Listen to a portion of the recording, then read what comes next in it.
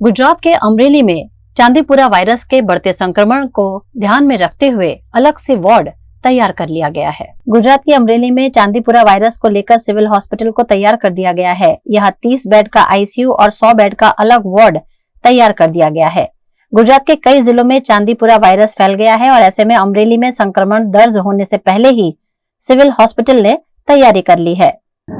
हाल पूरतो जे ચોમાસાની सीजन ચાલે છે અને વરસાદ પડે છે એના લીધે વેક્ટર બોર્ન અને માખી અને મચ્છરથી જે બીમારીઓ છે એને એપિડેમિક ખાસ કરીને ફેલાય છે।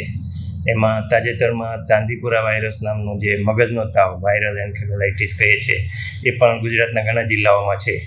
આપણા જિલ્લામાં હજી સુધી કેસ નોંધાયેલો નથી, પણ ગમે ત્યારે કેસ આવી શકે। તો કેસ આવે તો એના માટે આપણે civil hospital general hospital Amreli ખાતે પૂરતી વ્યવસ્થા રાખેલી છે। આ રોગ મોટાભાગે નાના બાળકોમાં થતો હોય છે। આપણી પાસે પીડિયાટ્રિક્સ ડિપાર્ટમેન્ટ છે અને બાળકોના પૂરતા ડૉક્ટર છે, મેડિસિન ડિપાર્ટમેન્ટ છે અને મેડિસિન ફિઝિશિયન પણ પૂરતા છે। બાળકોના વોર્ડમાં આપણે 100 જેટલી પથારીઓ છે। એ ઉપરાંત ચાંદીપુરા વાયરસના કોઈ પણ કેસ આવે તો એના માટે એક સ્પેશિયલ વોર્ડ આપણે ઊભો કરેલો છે। એમાં 30 બેડ જેટલી સુવિધા છે અને એમાં આઈસીયુની પણ સુવિધા રાખેલી છે। વેન્ટિલેટર પર દર્દીને મૂકવા પડે તો વેન્ટિલેટર્સ પણ મૂકેલા છે। બીજા બધા સાધનો અને પૂરતી દવાઓની વ્યવસ્થા આપણે કરેલી છે। જિલ્લામાંથી ગમે ત્યારે કેસ આવે તો આપણી કેજ્યુઅલ્ટી 24 કલાક ચાલુ હોય છે। ગમે ત્યારે દર્દીને દાખલ કરી શકાય। ઓપીડી પણ ચાલુ હોય છે। દાખલ કરીને તુરંત સારવાર પર મૂકી શકાય છે અને એના માટે જે સામાન્ય પ્રકારની લેબોરેટરી ટેસ્ટ થાય એ બધા આપણે ત્યાં સ્થાનિક રીતે ઉપલબ્ધ છે।